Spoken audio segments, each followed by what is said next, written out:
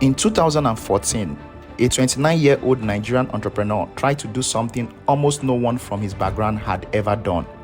He went to war for an oil empire in the North Sea, not as a contractor, not as a junior partner, but as a buyer. The target, Chevron Netherlands, offshore platforms, pipelines, staff, and the entire upstream business in Dutch waters. On one side, a $1 trillion giant Chevron. On the other, a young man from Lagos with a small team, a big vision, and a stubborn belief that Africa belongs at the main table of global energy. This is the story of that bid. A lion in the North Sea, the 29-year-old African who took on Chevron Netherlands.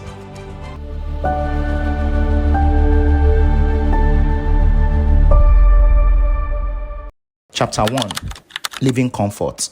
Our story starts in Lagos, Nigeria. The protagonist grew up inside a powerful family business, telecoms and upstream oil and gas. By his late 20s, he was already a director in the group, comfortable, connected, and restless. He loved the oil business, especially the upstream side, where you take geological risk, deploy billions, and juggle engineering, politics, and finance. But there's a difference between inheriting a seat at the table and earning one.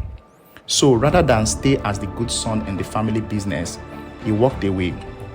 He moved to London and started an oil trading company from scratch. But trading wasn't enough. If you really want to shape the game in African oil, he realized, you can't just trade barrels. You need to own production. You need to be an operator. Chapter 2. The Trojan Horse. In sub-Saharan Africa, the upstream rules are simple and strict.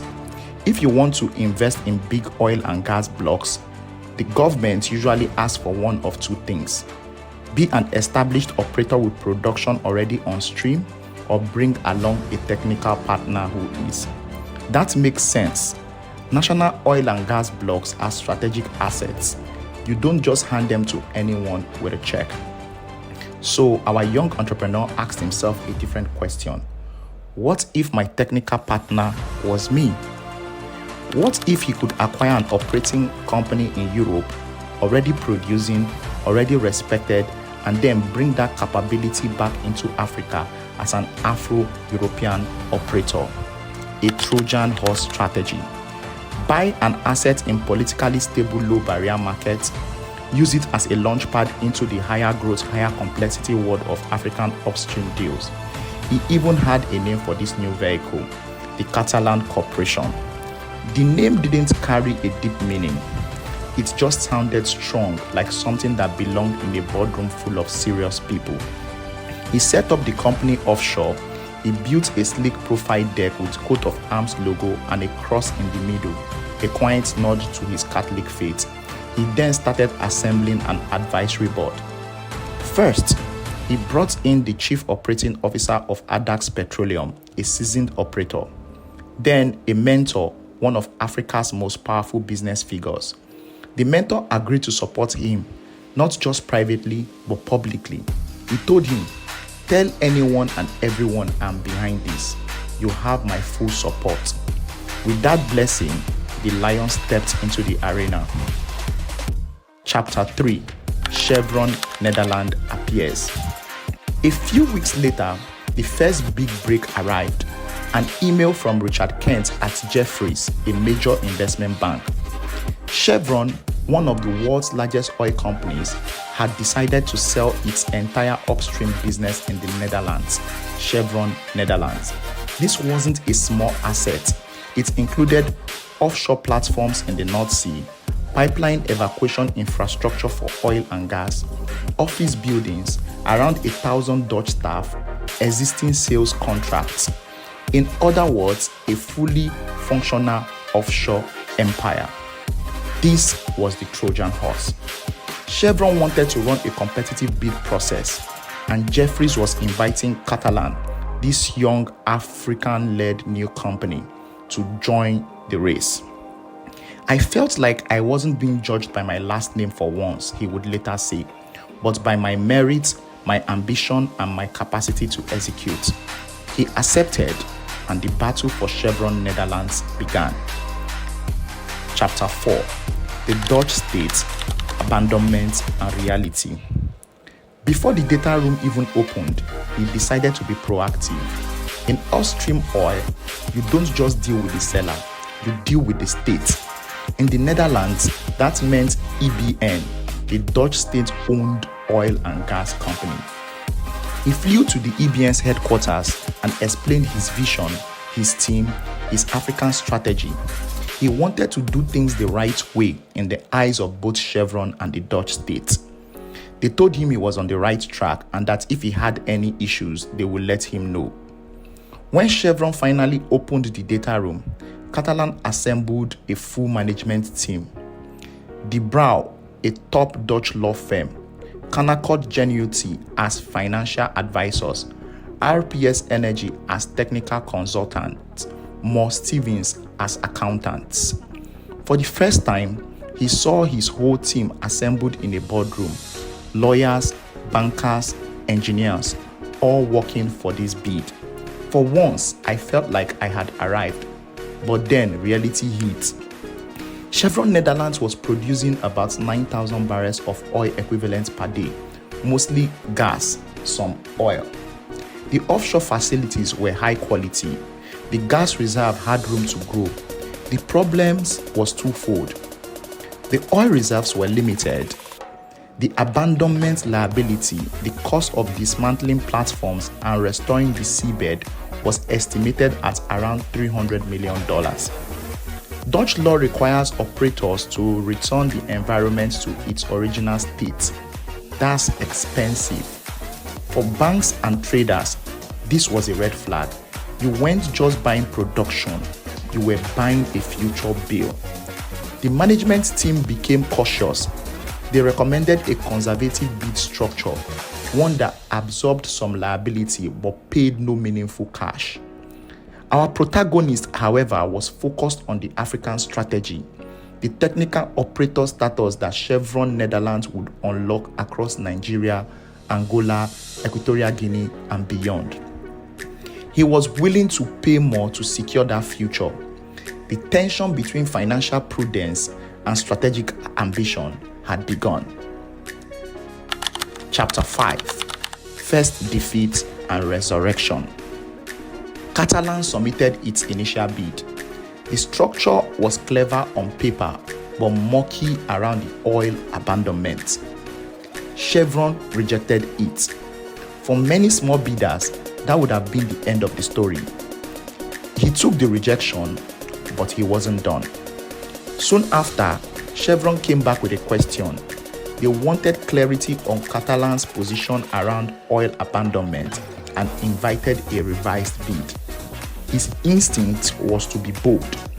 Take all abandonment liability and offer $50 million in cash. His management team thought he was insane. They argued the opposite. No cash, partial liability. Eventually they compromised. Catalan would take all abandonment, but still only bid a notional $1 in price. The revised bid went in. While they waited, another idea formed.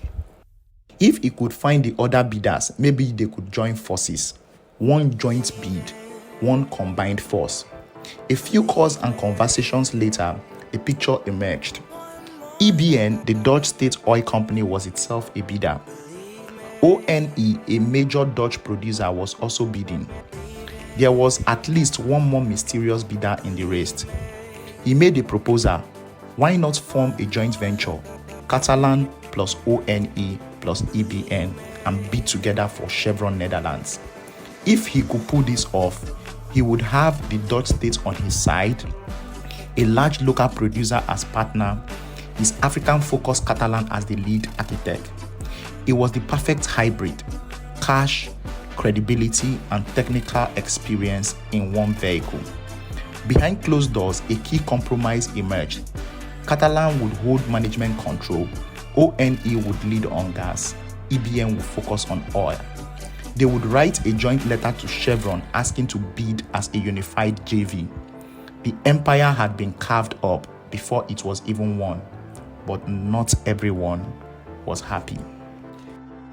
Chapter 6: Ego, strategy, and Ogbon Agba. Back in London, after the handshake, a project resurfaced.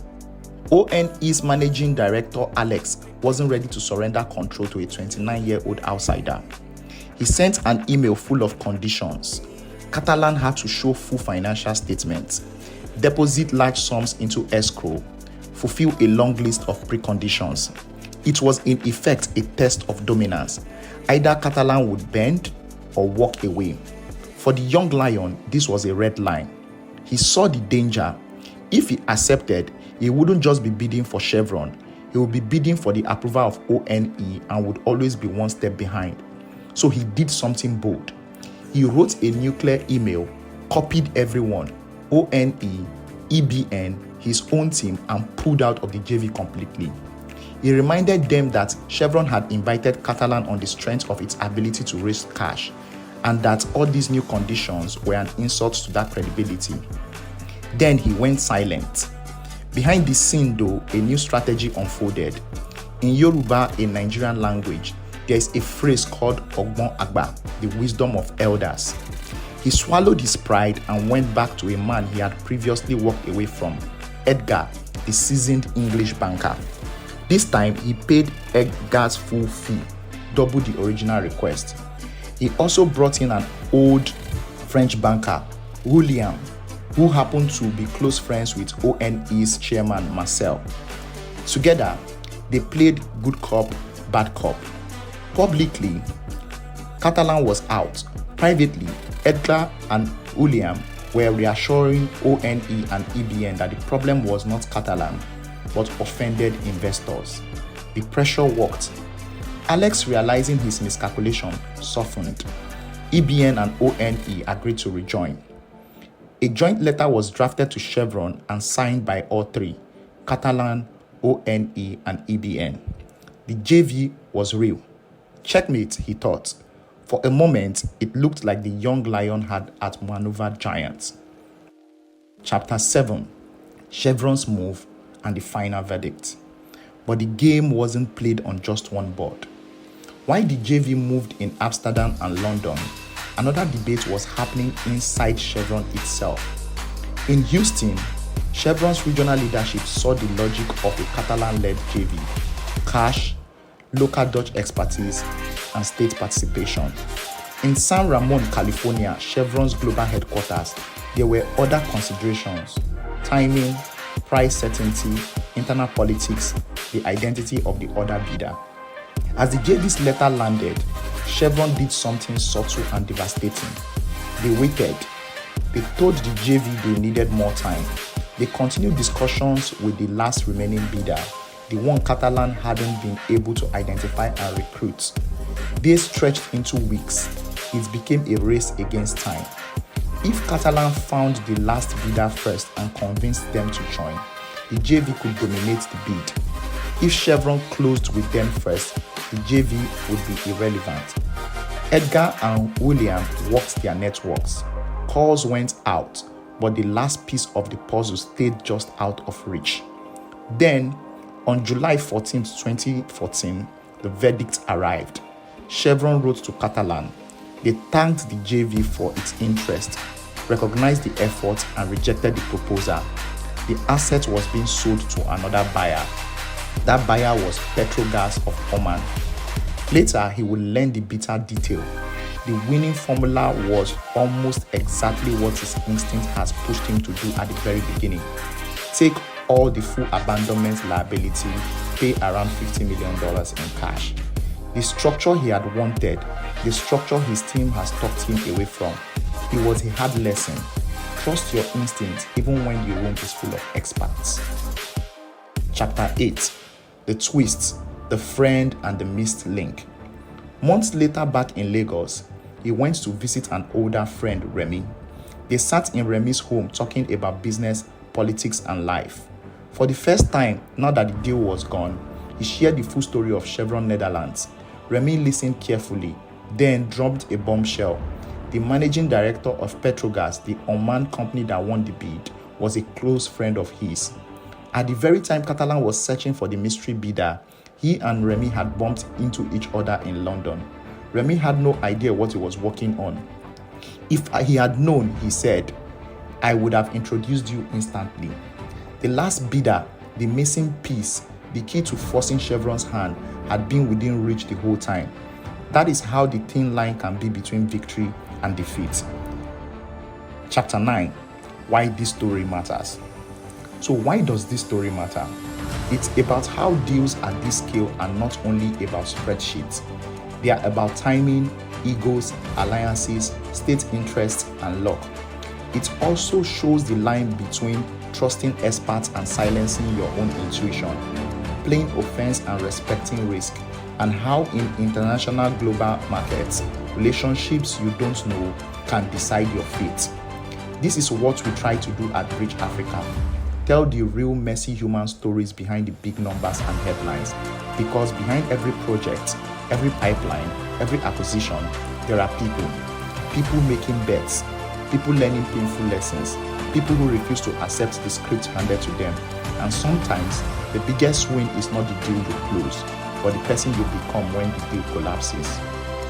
If you'd like to hear more real stories like this, subscribe to Bridge Africa. Drop a comment. What would you have done differently in this deal?